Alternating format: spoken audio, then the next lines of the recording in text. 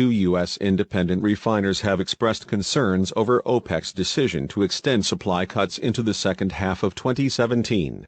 One of the refiners' senior vice president warned that the extension of OPEC's supply cuts could create supply concerns within its refinery network later this year. In 2016, the refiner processed approximately 300,000 barrels per day of OPEC crude, including 217,000 barrels per day coming from Saudi Arabia. The other refiner's senior vice president of supply said that OPEC's expected move to keep supply cuts in place through the end of the year will limit the availability of heavier barrels on the U.S. Gulf Coast.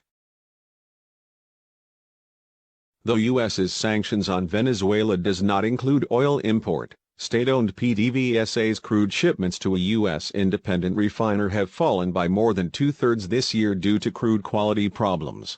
According to Reuters trade flows data, Venezuelan heavy crude flows to the refiner's 247,000 barrels per day facility in Texas, falling from 105,000 barrels per day in January 2017 to 1,000 barrels per day in June, because of the drop in crude delivered from Venezuela. The refiner is said to have bought a number of Angolan grades for delivery to its plant in August 2017. Sources also said that PDVSA has reduced shipments to its U.S. subsidiary in order to catch up on deliveries to a Russian oil firm. As a result, PDVSA's shipments to the refiner are likely to be below 120,000 barrels per day, down from the 230,000 barrels per day stipulated by the company's supply contracts.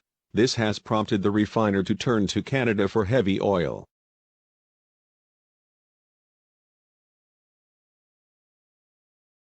With OPEC cuts and declining production from Alaska and California, U.S. West Coast refiners are looking for new sources of crudes. Latin American crudes are the logistical choice. In comparison of total imports to the West Coast, Saudi crude represents about 27% share, while Latin American crudes have about 32% share. Colombia and Ecuador are leading importers with 33% and 52% shares of Latin American total.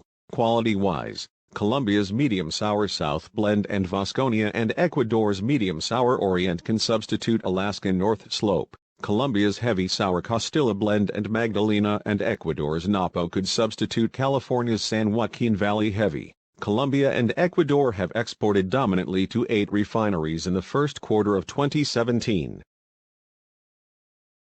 Mexico's national oil company Pemex resumed sales of heavy Maya crude to U.S. West Coast refiners for the first time since 2008. It is estimated that 30,000 barrels per day of Maya and 50,000 barrels per day of lightweight Isthmus will be shipped to the U.S. West Coast in 2017. The primary reason for the shift is that the crude fetched about $1.45 more per barrel than it would have if sold in Europe.